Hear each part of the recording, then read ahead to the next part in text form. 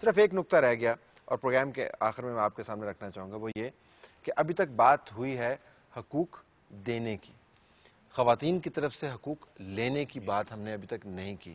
اور آپ جتنے بھی فراخ دل ہوں، جتنے بھی مساویانہ رویے رکھتے ہوں، آپ طاقت کنسیڈ بہت مشکل سے کرتے ہیں. اور پدر شاہی کے نظام میں آپ نے کہا کہ مرد کے پاس اگر طاقت ہے تو کنسیڈ بڑی مشکل سے کرے گا.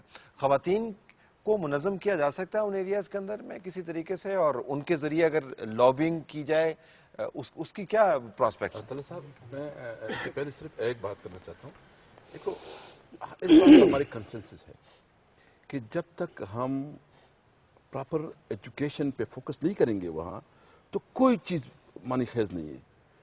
ضرورت اس بات کی کہ جو ہمارے بھائی کام کر رہے ہیں ان کو یہ میں ریکویسٹ کروں گا کہ سب سے ٹاپ پریورٹی پہ رکھے کہ خواتین کے لیے کوئی یونیورسٹی کے لیے کوئی لابنگ کرے، کوئی اس کے لیے موومنٹ چلائے.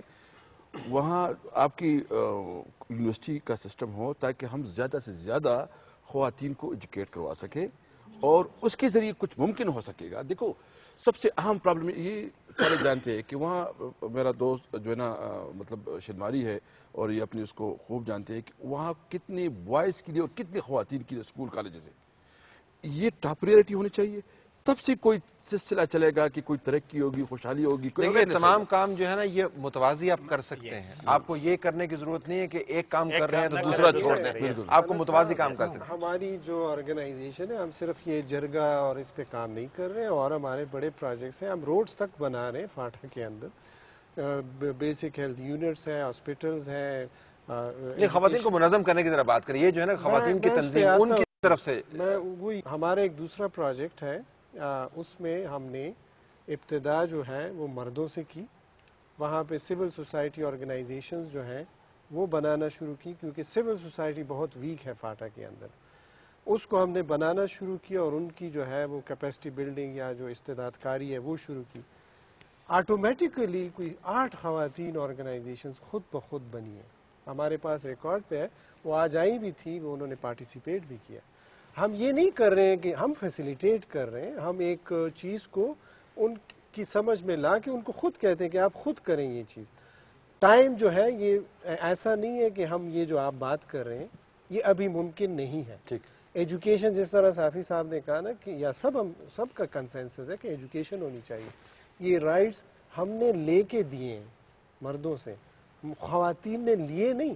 اس ماحول میں صافی ذرا اگر آپ اس کو ایڈ کریں تو یہ میں کہنے کی کوشش کر رہا ہوں. نہیں ممکن ہے، لیکن اس پہ تھوڑا ٹائم لگے گا. میرے خیال میں تو خواتین کو منظم کرنے کی کوشش نہیں ہونی چاہیے وہاں پہ، اور نہ فاٹا یا پختون سوسائٹی کی خواتین کو اس پہ ابھارنا چاہیے کہ وہ حقوق لے یا چھین لے.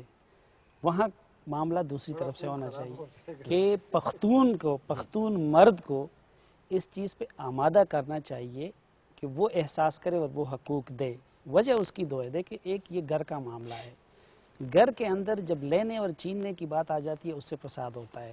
لیکن گھر بہتر یہی ہوتا ہے کہ گھر کا بڑا، وہ مرد ہو، وہ باپ ہو، وہ خود دینے پہ آ جائے اور ہر ایک کو اپنا اپنا حق دے دے. دوسرا، پختون کی ایک جو مینٹلٹی ہے، وہ جو کہتے ہیں نا کہ پختون کو اگر آپ کہیں کہ مجبور کر کے اس کو اگر جنت میں لے جانا چاہے تو جنت میں نہیں جائے گا، لیکن اپنی مرضی سے وہ دوزخ میں خوشی سے جاتا ہے.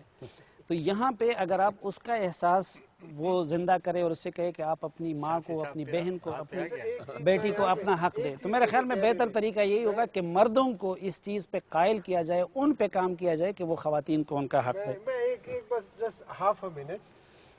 سارے مطلب پختون فاٹا میں نہیں رہتے ہیں، کے پی میں بھی ہیں، بلوچستان میں بھی ہیں. 400 مردان پشاور آپ جائیں، سوابی جائیں، وہاں پہ خواتین زیادہ پاورفل ہیں اور مرد ان سے ڈرتے ہیں. یہ ہم نے خود اپنی آنکھوں سے فاٹا میں بھی بہت ساری ایسی ہے، لیکن عوامی نیشنل پارٹی کی تو ایک مثال ہمارے سامنے ہے. آپ کی پارٹی جو ہے خواتین کی کنٹریبیوشن سے گرو کی ہے.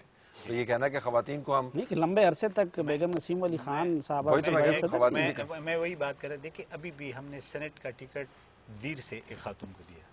ابھی ہمارے سینیٹر ویر سے ایک خاتون.